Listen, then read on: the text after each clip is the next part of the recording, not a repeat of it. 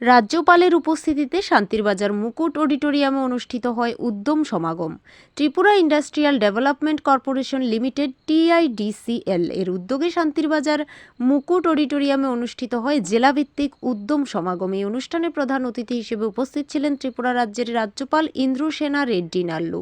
প্রধান অতিথির পাশাপাশি উপস্থিত ছিলেন দক্ষিণ জেলার সভাধিপতি দীপক দত্ত, শান্তিরবাজার পৌর পরিষদের চেয়ারম্যান স্বপ্না বৈদ্য, দক্ষিণ জেলার অতিরিক্ত পুলিশ সুপার সুমন মজুমদার সহ অন্যান্যরা। আজকের অনুষ্ঠানে বক্তব্য রাখতে গিয়ে রাজ্যপাল জানান, ক্ষুদ্র ব্যবসায়ীদের বিভিন্ন প্রকারের সুযোগ সুবিধা প্রদান করা হচ্ছে, যার ফলে আজকে এই অনুষ্ঠানের মধ্য দিয়ে সবকিছুর বিবরণ তুলে ধরা হয়। কেন্দ্রীয় সরকার সকলের উন্নয়নে যে সকল পরিকল্পনা হাতে নিয়েছেন তার বিভিন্ন দিকগুলি তুলে ধরা হয় এবং এইগুলি সঠিকভাবে বাস্তবায়িত হয়েছে কিনা তা নিয়ে আলোচনা করা হয়। আলোচনার মধ্য দিয়ে হলে আগত কিছু সংখ্যক লোকজনদের কাছ থেকে জানতে পারেন অনেকগুলি অঙ্গনওয়াড়ি কেন্দ্রে খেলার সামগ্রী নেই। এর জন্য রাজ্যপাল দক্ষিণ জেলার জেলা সভাধিপতি দীপক দত্তকে দায়ী করেন। যে সকল অঙ্গনওয়াড়ি কেন্দ্রে খেলার সামগ্রী নেই তা যাচাই করে খেলার সামগ্রী দেবার পরামর্শ দেন। এছাড়া কিছু সংখ্যক স্কুলে রাজ্য সরকারের দেওয়া পরিকল্পনার মধ্যে কিছু সংখ্যক ছাত্রী সাইকেল পাননি, সেগুলো দেখার জন্য জেলা সভাধিপতিকে পরামর্শ দেন। রাজ্যপাল ওনার বক্তব্যের মধ্য দিয়ে জানান, সরকারের পক্ষ থেকে সকল লোকজনদের জন্য ব্যাংকে স্বাস্থ্য বীমার পরিষেবা রয়েছে।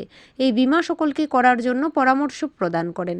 গর্ভবতী মহিলাদের সরকারি বিভিন্ন সুযোগ সুবিধা প্রদানের দিকগুলো তুলে ধরা হয়। লোকজনেরা নিজেদের ছেলে মেয়ের শিক্ষার মান উন্নয়নে নবোদয় বিদ্যালয় ও মিলিটারি বিদ্যালয়ের ছেলে মেয়েদের ভর্তি করানোর পরামর্শ প্রদান করেন রাজ্যপাল। রাজ্যপাল জানান, বর্তমান সময়ে সকলে বাড়িঘরে কুকুর পালন করে। সেই জায়গায় শূকর পালন করলে কয়েক মাসের মধ্যে একটি শূকর থেকে প্রায় 50,000 টাকার অর্থ উপার্জন করা যাবে। অনুষ্ঠানে বক্তাদের বক্তব্য শেষে বিভিন্ন স্বসহায়ক দলের দেওয়া স্টলগুলির শুভ উদ্বোধন করেন রাজ্যপাল। উদ্বোধন শেষে আজকের এই কর্মসূচি সম্পর্কে সংবাদ মাধ্যমের সামনে কিছু বক্তব্য তুলে ধরেন। ব্যুরো রিপোর্ট, নেটি নিউজ। पिगरी फॉर्म देखने के लिए आया हूँ, बहुत अच्छा है। और पिगरी जितना ज़्यादा इम्प्रूव करे उतना स्टेट का इकानमी बढ़ता है। ये स्टेट में कुछ जगह पिगरी के मानसिकता नहीं है, मगर इधर त्रिपुरा स्टेट में पिगरी के अनुकूल मानसिकता है। उसके लिए बहुत कुछ कर सकते हैं।